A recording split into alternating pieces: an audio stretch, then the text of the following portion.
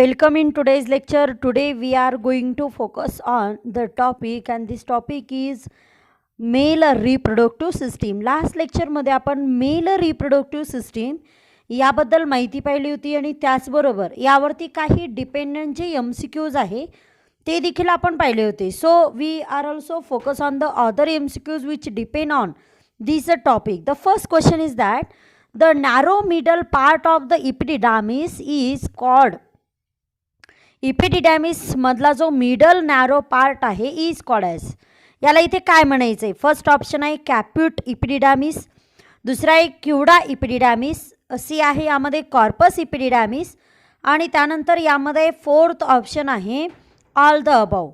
Actually यामध्ये question विचारला इपिडिडामिसबद्दल. Epididymis this is the tube. This is the accessory reproductive part which connect to the testes by the vasa efferentia.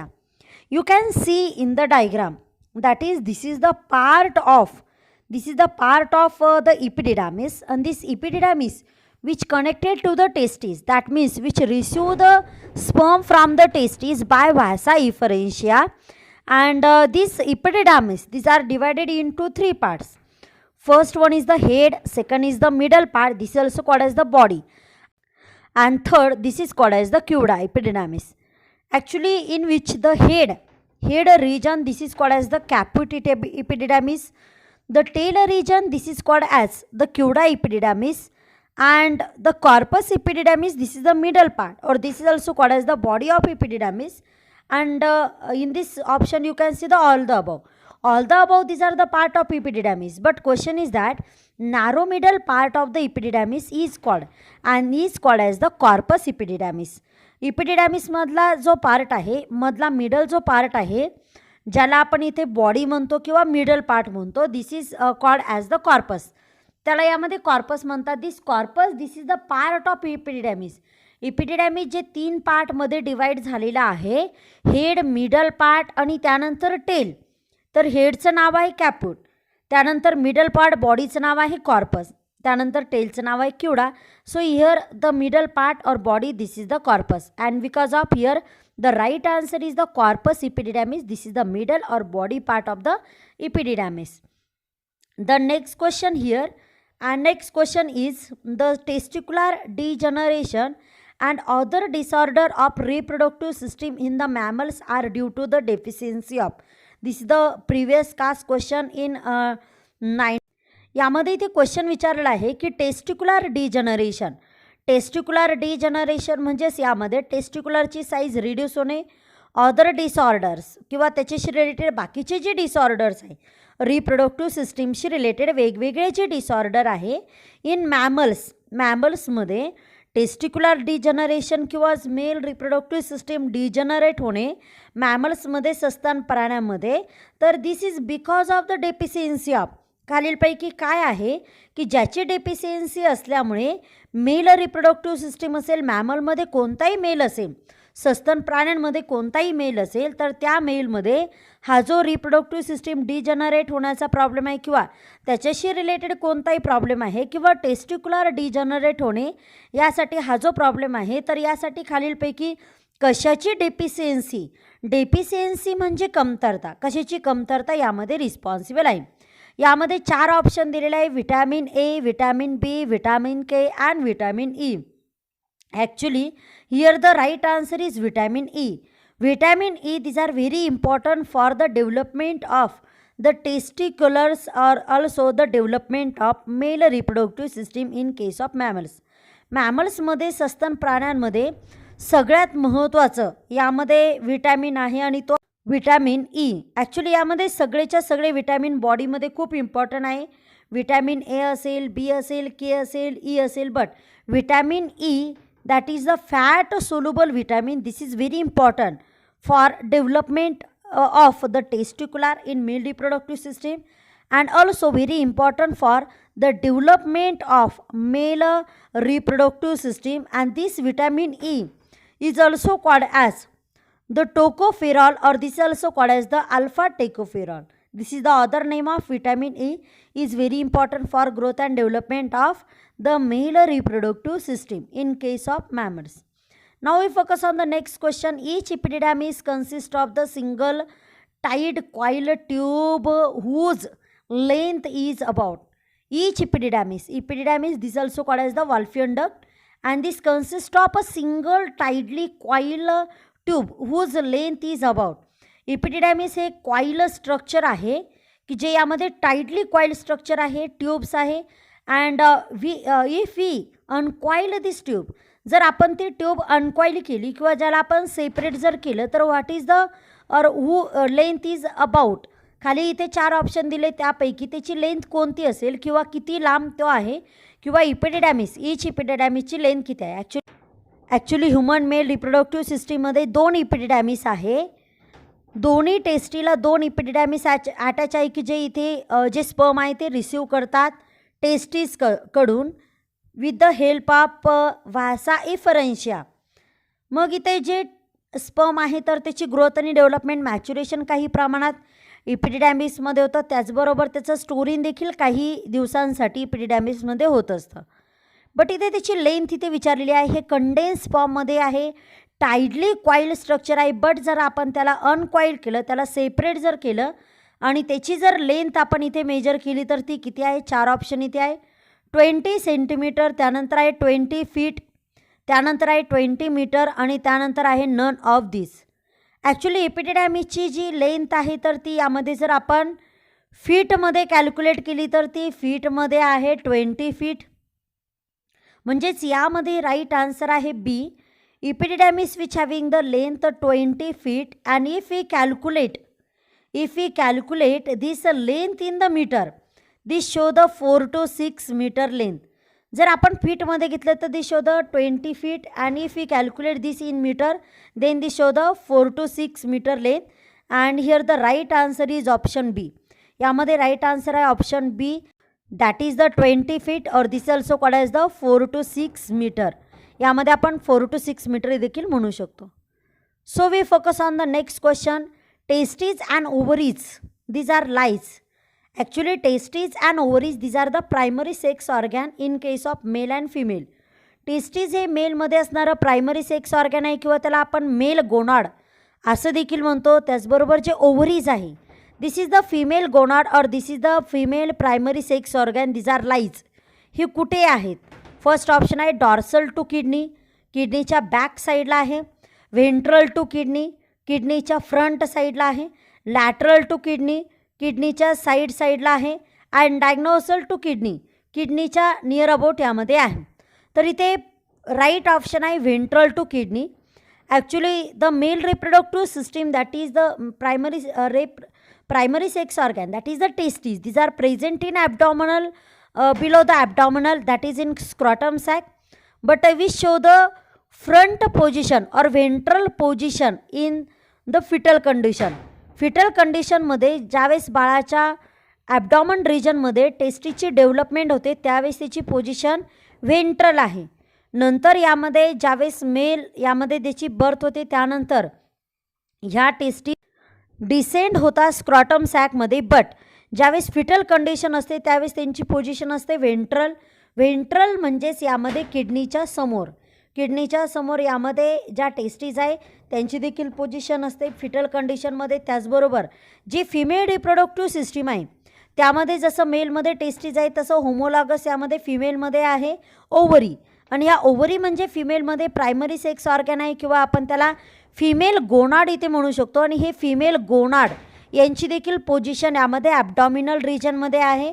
फिमेलमध्ये ज्या gonads आहे तर ते abdominal रिजनमध्ये आहे आणि त्याची देखील यामध्ये पोझिशन व्हेंट्रल साईडला आहे. म्हणजेच यामध्ये ज्या किडनी आहे तर त्या किडनीच्या समोरच्या बाजूने म्हणजे व्हेंट्रल त्याची पोझिशन आहे. And because of here in both cases male and female this show the ventral to the kidney, किडनीच्या व्हेंट्रल साईडला समोरच्या साईडला त्याची पोझिशन आहे.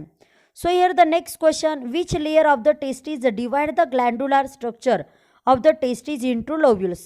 यामध्ये ते क्वेश्चन आहे की which layer of the testes divide the glandular structure of the testes into lobules.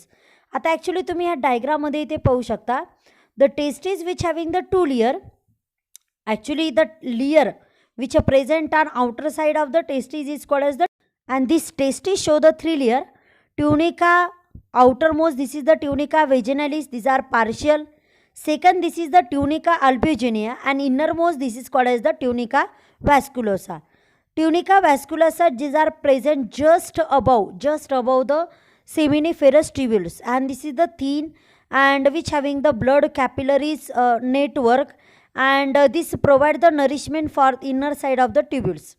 But actually the question is that which layer of the testes divide glandular structure of the testes into globules. Actually यामध्ये जो second layer आहे, second layer आपण त्याला म्हणू शकतो tunica albuginea. These are just above the tunica vasculosa. These make the testis glandular structure into the lobules. यामध्ये lobules काही ठिकाणी जे लोब्युल्स इथे फॉर्म होतात, these are because of these tunica albuginea. Tunica albuginea make the capsule structure in the testes, and this capsule structure become the folded. That is, the tunica albuginea become the folding structure, and then which make the lobules, and inside this lobules, inside this each lobule having the thin membrane, and this is the tunica vasculosa, and inside that having the seminiferous tubules. Here the right answer is the tunica albuginea, which make the fold of the testes, and because of here the right answer is option B. म्हणून इथे correct option आहे B. Now we focus on the next question. Which of the following statement is not true? That is the incorrect. यामध्ये not true म्हणजेच यामध्ये चुकीचं जे statement आहे ते इथे फाइंड आउट करायचं आहे. यामध्ये पहिलं स्टेटमेंट आहे within each locules or lobules of the testes are the seminiferous tubule. Right. आपण इथे अगोदर जो सेक्शन आहे किंवा जो TSI याचा स्टडी आपण केला की टेस्टीज जे आहे तर त्याच्या आतमध्ये लोब्युल्स आहे, आणि each lobules having the minimum 1 और maximum 4 seminiferous tubule. Seminiferous tubules या लोब्युल्समध्ये प्रेझेंट आहे. That is this statement is right. म्हणून हे स्टेटमेंट यामध्ये राईट आहे, कारण स्टेटमेंटमध्ये काय दिलं आहे किंवा यामध्ये ऑप्शन काय आहे, within each lobules of the testes are the seminiferous tubules. This is the right statement. हे यामध्ये राईट स्टेटमेंट आहे. त्यानंतर सेकंड स्टेटमेंट आहे the seminal vesicle contracts and expel their store contents. Actually seminal vesicle म्हणजे काय आहे, तर seminal vesicle these are the spring like gland. These are present in male reproductive system. Male reproductive सिस्टीममध्ये ह्या glands आहे, ग्रंथी आहे, seminal vesicles, आणि यांचे 2 in नंबर्स आहे. 2 in व्हॅसा डेफरन्सला ते अटॅच आहे, आणि त्यानुसार त्याचे 2 in नंबर्स यामध्ये आहे. This seminal vesicle contracts and expel. यामध्येचं कॉन्ट्रॅक्शन आणि जे एक्सपेल आहे म्हणजे relaxation, these are on the basis of store content. त्यामध्ये जर यामध्ये फ्लूइड स्टोअर असेल, सेमिनल वेसिकलमध्ये फ्लूइड स्टोअर असेल किंवा नसेल, म्हणजे स्टोअर कंटेंट आहे की नाही त्यानुसार त्याचं कॉन्ट्रॅक्शन आणि रिलॅक्झेशन यामध्ये होत असतं. त्यानंतर यामध्ये डी ऑप्शन हा देखील यामध्ये राईट स्टेटमेंट आहे. Tunica vasculosa consist of number of capillaries. म्हणजे जे ब्लड वेसल्स आहे त्याच्या कॅपिलरीज यामध्ये ट्युनिका व्हॅस्क्युलोसावरती फॉर्म होतात. बट ह्या चारही ऑप्शनमध्ये रॉंग ऑप्शन आहे यामध्ये C. The different ducts passes downward from the testes through the inguinal canal. आता इथे डिफरंट डक्ट्स इथे म्हणलेले, different ducts this is the goes downward from the testes through the inguinal canal. Actually, inguinal canal, this is the canal, these are formed because of descending the testes from abdominal region to scrotum sac. Abdominal region पासून scrotum sac मध्ये ज्या testes जातात त्यानुसार जे canal form होतं, this is called as the inguinal canal. But यामध्ये ऑप्शनमध्ये दिलं आहे the different ducts passes downward testes through from the testes through inguinal canal. यामध्ये वेगवेगळ्या ज्या डक्ट आहेत तर त्या पास होतात टेस्टीजमध्ये through inguinal canal. This is wrong. Actually यामध्ये ज्या टेस्टीज आहेत त्यामध्ये ज्या वेगवेगळ्या डक्ट पास होतात त्या पास होतात यामध्ये स्पर्मॅटिक कॉर्डमधून. Spermatic cord which also provide the particular pathway from which the different blood capillaries these are pass toward the testes. But actually inguinal canal म्हणजे काय की असा स्पेस की ज्या स्पेसमधून ज्या टेस्टीज आहेत त्या डिसेंड झालेल्या आहे स्क्रॉटम सॅकमध्ये. पण ह्या टेस्टीज आणि ॲब्डॉमिनल रिजन तरी देखील यामध्ये कनेक्टेड असतात एका स्कॉडनी, आणि त्याला म्हणायचं आहे स्क्रॉटम स्पर्मॅटिक कॉर्ड. आणि त्यामधून ह्या डक्ट कनेक्ट असतात, त्या इथे इंग्युनल कॅनलमधून कनेक्ट नसतात. म्हणून यामध्ये हे रॉंग स्टेटमेंट दिलेलं आहे, option C. Here the next question is which organ suspend the testes in the scrotum. आता इथे आताच आपण याच्याशी रिलेटेड क्वेश्चन पाहिला की यामध्ये त्या टेस्टीज आहे त्या स्क्रॉटम सॅकमध्ये गेल्यावर देखील यामध्ये कनेक्ट राहतात ॲबडॉमिनल रिजनला आणि त्यानुसार ते सस्पेंड राहतात. सस्पेंड म्हणजे अटॅच राहतात. Which organ suspend the testes in the scrotum. Suspend म्हणजे त्या इथे लटकलेला राहतात स्क्रॉटम सॅकमध्ये, तर त्यासाठी स्क्रॉटम सॅकमध्ये जे सस्पेंडेड झाले आहे किंवा ज्या लटकलेल्या आहे तर त्यासाठी यामध्ये खालीलपैकी काय रिस्पॉन्सिबल आहे. पहिला आहे seminal vesicle. Actually seminal vesicle ह्या मेल रिप्रोडक्टिव्ह सिस्टीममध्ये असणाऱ्या ग्लँड आहे ज्यांची पोझिशन प्रेझेंट आहे व्हॅसा डेफरन्सवर. त्यानंतर सेकंड ऑप्शन आहे स्पर्मॅटिक कॉर्ड. यामध्ये जो स्पर्मॅटिक कॉर्ड आहे that is the connection between the testes and abdominal region. त्यानंतर आहे स्क्रॉटम इट सेल्फ. स्क्रॉटम यासाठी रिस्पॉन्सिबल नाही. ॲक्च्युली यामध्ये स्क्रॉटममधून ज्या टेस्टीज आहे त्या यामध्ये पुन्हा ॲबडॉमिनल रिजनमध्ये पण जाऊ शकतात आणि ॲबडॉमिनल रिजनमधून पुन्हा स्क्रॉटममध्ये सॅकमध्ये पण येऊ शकतात. पण स्क्रॉटम सॅक म्हणजे फक्त आउटर साईडचा पाउच लाईक स्ट्रक्चर आहे. ॲक्च्युली यामध्ये ज्यावेळेस मेल रिप्रोडक्टिव्ह सिस्टीममध्ये टेस्टीज ह्या डिसेंड होतात स्क्रॉटममध्ये त्या अटॅच राहतात कारण त्यामध्ये ग्युबॅर्नॅक्युलम हे प्रेझेंट असतं. बट त्या तरी सस्पेंड राहतात, लटकलेल्या यामुळे राहतात कारण तिथे काय नसतं स्पर्मॅटिक कॉर्ड. त्यानंतर इथे फोर्थ ऑप्शन आहे इजॅक्युलेटरी डक्ट. ह्या व्हॅसा डिफरन्स कंटिन्यू पुढे ज्यावेळेस ओपन होतात युरेथ्रामध्ये त्यांना म्हणतात इजॅक्युलेटरी डक्ट. बट इथे राईट ऑप्शन आहे option B that is the spermatic cord. Which organ suspend the testes in the scrotum. Spermatic cord. Spermatic cord हे असे यामध्ये कॉर्ड आहे की ज्यानुसार ज्या टेस्टीज आहेत त्या डिसेंड राहतात स्क्रॉटम सॅकमध्ये. So here the next, so इथे आन्सर आहे B. Now we focus on the next question. Here the next question is in most mammals the testes are located in the scrotal sac for. हा question previous cast आहे 2003 मध्ये MST CET. जे most mammals आहेत त्यांच्यामध्ये ज्या testes आहेत this are located in the scrotal sac. ज्या scrotal सॅकमध्ये लोकेटेड असतात त्यांची पोझिशन तिथे असते फॉर. पहिला ऑप्शन आहे स्पर्मॅटोजेनेसिस. दुसरा ऑप्शन आहे सेक्स डिफरन्सिएशन. त्यानंतर यामध्ये थर्ड ऑप्शन आहे मोर स्पेस टू विसरल ऑर्गॅन्स. आणि लास्ट ऑप्शन आहे independent functioning for of kidney. Actually mail reproductive सिस्टीममध्ये ज्या टेस्टीज आहेत त्यांची पोझिशन स्क्रॉटल सॅकमध्ये यामुळे आहे कारण स्क्रॉटल सॅकमध्ये किंवा स्क्रॉटममध्ये ज्या टेस्टीज आहे तर यांच्यामध्ये टेम्परेचर मेंटेन केलं जातं आणि त्यानुसार गॅमेट फॉर्मेशन म्हणजे मेलमध्ये स्पर्म तयार होत असतात. मेलमध्ये स्पर्म तयार होण्यासाठी बॉडीपेक्षा 2 to 3 डिग्री सेल्सिअस यामध्ये टेम्परेचर कमी लागतं आणि ते टेम्परेचर मेंटेन करण्यासाठी मेलच्या ज्या टेस्टीज आहेत तर त्या लोकेटेड असतात स्क्रॉटल सॅकमध्ये. So here in male reproductive system gamete formation this are happen this is called as the spermatogenesis. Male reproductive सिस्टीममध्ये जे गॅमेट्स फॉर्मेशन होतात म्हणजे जे स्पर्म तयार होतात this is called as the spermatogenesis. And this spermatogenesis require the low temperature which maintain the scrotal sac. And because of that in most mammals the testes this are located in the scrotal sac or in the scrotum for the purpose that purpose is spermatogenesis. यामध्ये महत्त्वाचा purpose आहे spermatogenesis that is the formation of gamete.